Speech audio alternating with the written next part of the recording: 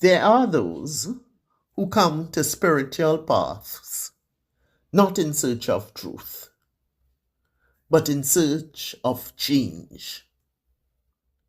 Not inner change, but change in circumstance. They come seeking change in their health, in their finances, in their relationships, in the direction their life is taking.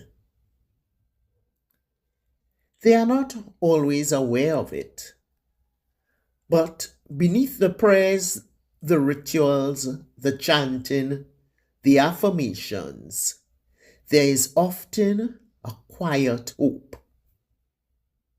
Let this work so I do not have to confront myself.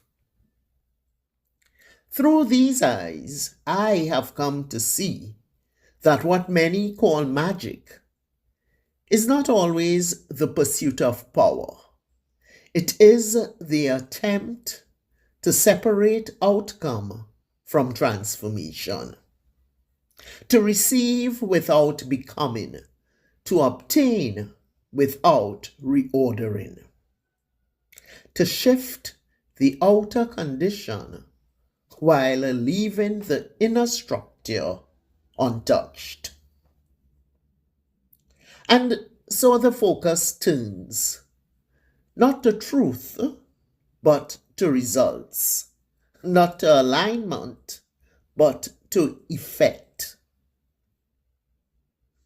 But a law does not exist to be used in fragments.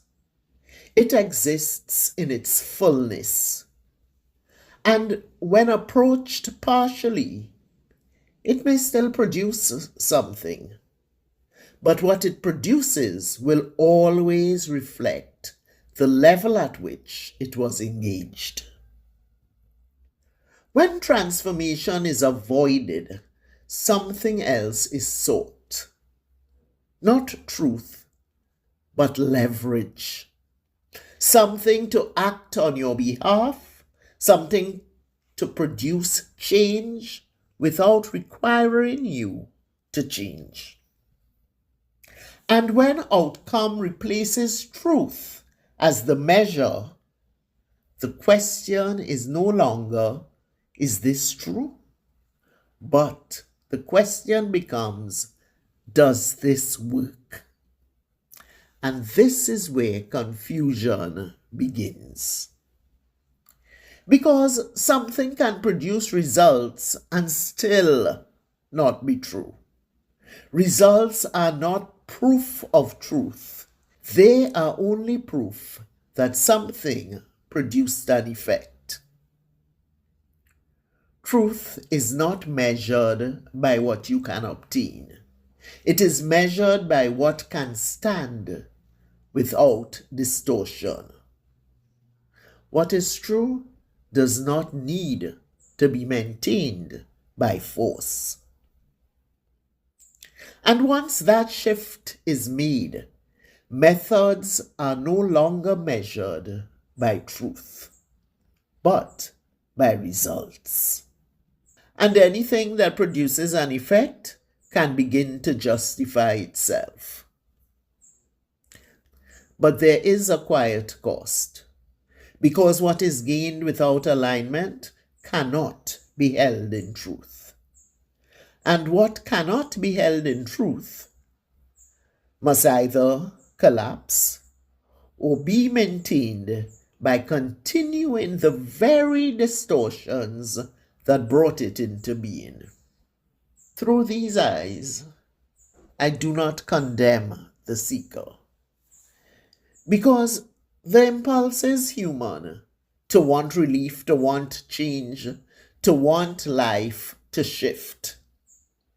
But I have come to understand this. There is no true movement forward that does not require a reordering from within. A teaching is not given to spare you from the work. It is given to show you what the work is.